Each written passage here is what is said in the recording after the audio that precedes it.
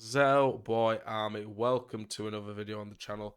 In this video, we're going to be reviewing the title update number 9, looking at what EA have included in it, and just going through it and me talking about my thoughts on the general gameplay, the patches, and what to expect from this. Apologies that I've not been putting out a lot of content lately, as you can hear my cough. It's been really bad. I had flu, and it seems to have developed into a chest infection. I'm still trying to get medicine from the doctors. It's been a bit of a nightmare with everything going on with COVID. So it's been a struggle to work, sleep properly, but I'm trying to put videos for you guys still, so I appreciate the support and bearing with me.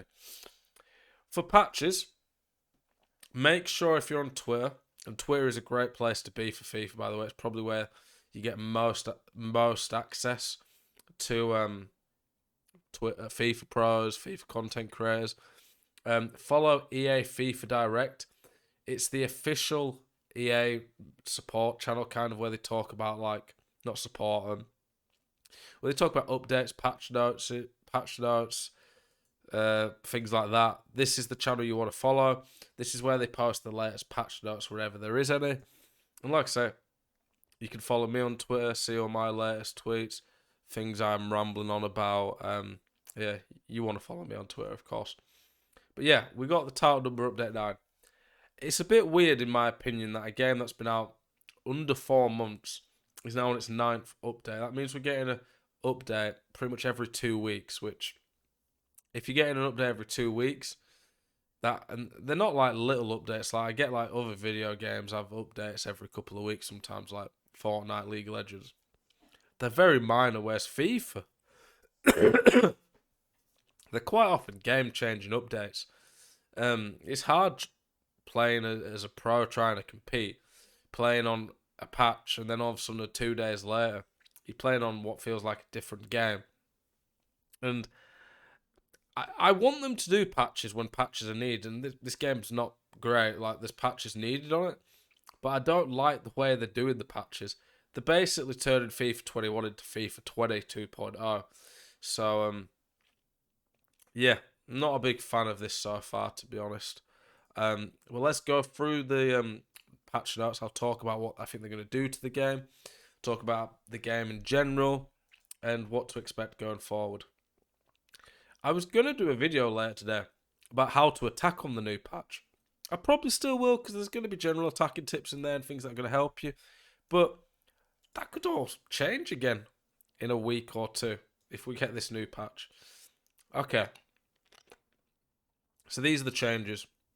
Reduce consistency of the ball trajectory after successfully performing a skill move which involves launching the ball into the air.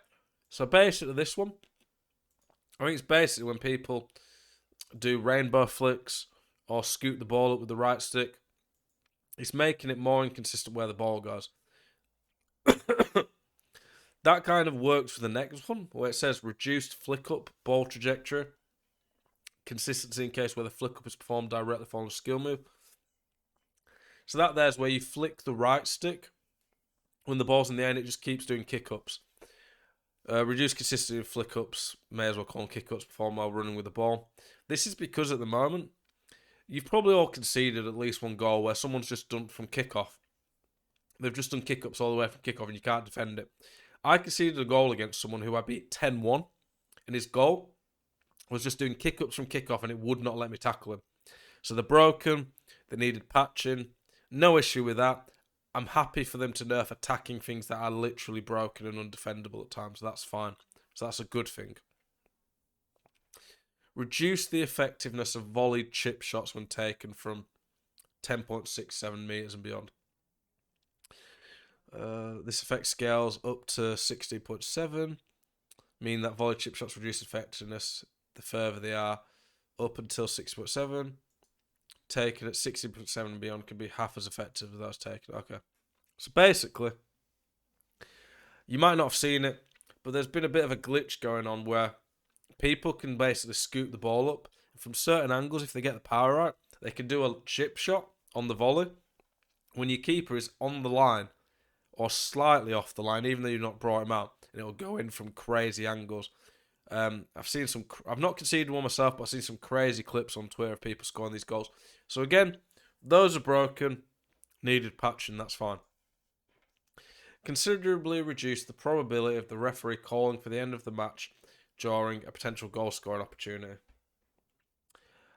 So yeah, I've had it before where I've scored a goal and it's blown for full time. I've never had it in a moment where it cost me a game or did anything like that, but I have seen people score goals when they're drawing and it's not counting, they've gone to extra time, or they've been losing by a goal. And it's to equalise and then it's not counted, things like that. Obviously, that's game breaking, so if they fix that, that's good. As a result, injury time could now last for a slightly longer period. That's not good. They should be able to patch it and make it good enough so it's smart, but I don't like that. Address the following issues. When defending against the bridge skill move while jockeying, the defending player could temporarily slow down unintentionally.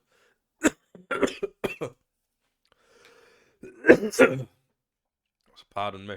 So, you've probably all seen it. There's this stupid thing where someone does the bridge, and even though you defend it properly, he just freezes your defender. It doesn't even slow down, it just freezes. It like completely makes your defender useless. That is not good. That is something that happens on the game right now. Again, all these on paper, they're good. The bridge, I don't think needs nerfing in the sense of when people dive in, it should work. It's when people, I've said this for a while, when people defend it right and they still get punished. So if that fixes that, that's good. When a defending player performed a tackle that was unsuccessful at winning the ball, the tackler's foot could partially pass through a portion of the ball. Okay, if they fix that, that's good. It does not impact the success or failure of tackles. Okay, so it doesn't really make a difference anyway. Okay, I don't know why they've even included it. Following a specific type of goalkeeper pass during an offline match, the defending team's computer AI would not attempt to pressure the attacking side in order to receive the ball. Recover the ball. Basically, to translate that is EA fixed a glitch that allowed people to do squad battles easier. Squad battles are boring, and when they're needed in objectives, people want to find glitches to make them so they don't have to do them. So I don't like that, but I understand why EA have done it. No one wants to do squad battles, so stop putting squad battles in objectives. Following stuff, blah, these don't really matter. Career mode, who cares? If you're still watching this video now, have any of you played Volta? I have never tried Volta. These don't really seem, yeah. These are what matter, the gameplay stuff. That's what we're talking about. For me, on paper, this patch is good. It actually fixes quite a few issues. The flick up skill, where you just keep flicking up and then beat people with it. The chip volleys, the bridge move glitching people up. If it fixes all these, it makes for a better game. But my problem is right now the game is so slow and so swayed in favour of the defensive side. That is a very boring game to play. It's basically like FIFA 20 but with a bridge move. That's the simplest way I can put it. For me, they really, really, really need to do something to fix it. They need to up the game speed. The last patch did not say it was lowering the game speed, but it 100% lowered the game speed. Anyone who's played it enough would be able to recognise that, I think. So they need to up the game speed. They need to lower the blocking more. The blocking's still crazy. They need to nerf drop back, nerf AI. Because right now, FIFA's just not a fun experience to play online. My recent tactics, I encourage people to go drop back, not because I want people playing drop back, because I want you guys to get the best results. If you want the best results, drop back and through balls right now is the best way to play. I don't really get where EA's ideas are for where they want FIFA to go. I wish they'd be more open with the patches. They have these pitch notes, but they rarely use them. I would like them to do some pitch notes and talk about the direction of the game. And when they make the changes to the game, why they make them. Because it'd make it a lot easier to understand some of the stuff they do. Like I said, on paper the patch looks good. I've seen a lot of complaints on Twitter. If the patch does what it says, it's good. They're nerfing broken attacking mechanics. It shouldn't be a case of that people get annoyed because the defending's too strong and there's broken attacking mechanics to break it down. It should be that they should make actual good, skillful attacking mechanics that can break it down, and nerf the AI, as in the defensive AI, so you can't just defend with 10 men behind the ball and not have to switch and do it yourself. Obviously, we'll have to judge the patch properly once it's released, because things like the last patch, I say, it made the game slow without saying it would. I'll release new tactics, gameplay tips for the new patch once I've tested it. Yeah, those are my thoughts on the patch. That's pretty much all I had to say. Let me know what you think. Thanks for watching.